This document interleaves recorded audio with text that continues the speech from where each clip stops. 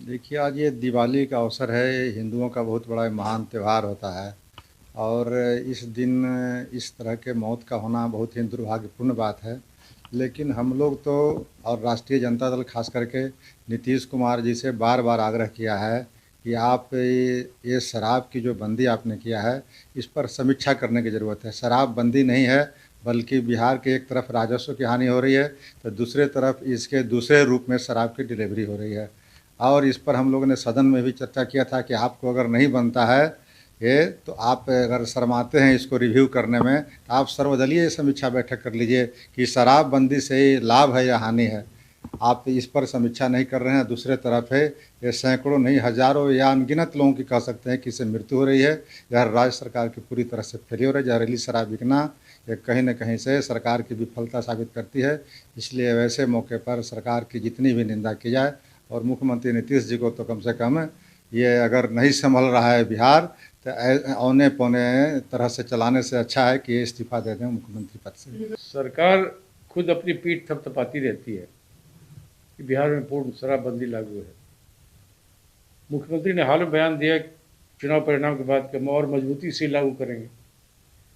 मैं समझता हूँ मुख्यमंत्री जी के कथनी और करनी में और जो वास्तविक स्थिति है उसमें बड़ा फर्क है। अवैध शराब का कारोबार बिहार में तेजी से बढ़ा है और कहीं न कहीं इसे स्थानीय स्तर पर पुलिस प्रोटेक्शन है।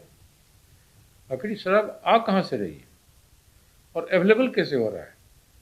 ये कौन सा कानून बनाया हमने?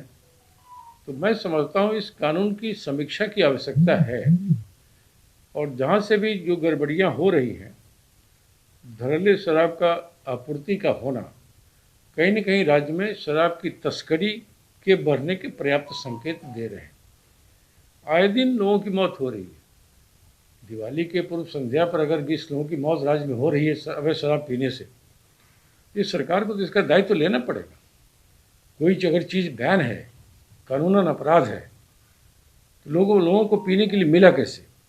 कहीं न कहीं एडमिनिस्ट्रेशन के स्तर पर यह प्रशासनिक लापरवाही है, पुलिस प्रशासन की ढिलाई है और ये बार-बार हो रहा है, कोई पहली बार नहीं हुआ। कई और स्थानों से पिछले महीनों में भी उन्होंने सुना कि कुछ लोगों की मौत हुई। तो ये चिंता की स्थिति है और मैं समझता हूँ सत्ता में बैठे लोगों को सिर्फ भाषण देने, बयान देने और कानून बना देने से ही चीज़ें नहीं सुधर सकती। लोगों के बीच में अवेयरनेस पैदा करने की आवश्यकता है कानून को लेकर, और नहीं तो आप इस पर पुनर्विचार करिए, ऐसा मेरा मानना है। देखिए ना, 30 से लोग ज़्यादा मरे हैं, ये मैं मानता हूँ, लेकिन माननीय मुख्यमंत्री जी शराबबंदी बिहार में बंद किए हुए हैं। लोग कोई लुके छिपे बेच रहा है, वो बहुत बड़ा गुनाहगार है। वहाँ का प्रशासन भी गुनाहगार है।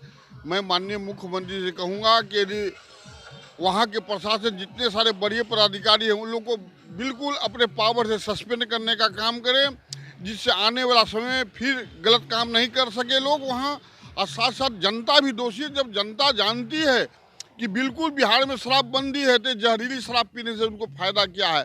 देखिए, जनता और सरकार जब तक जागरूक नहीं है, सरकार तो जागरूक है, जनता को भी जागरूक होने की जरूरत है, आने की जरूरत है सामने, और लोगों को समझाने की जरूरत है। जनता को भी चाहिए कि जहरीली शराब हम ना पिए। और सरकार से ही मैं मांग करता हूँ कि उन लोगों को भी, वहाँ के प्रशासन को कड़ी से कड़ी सजा दे।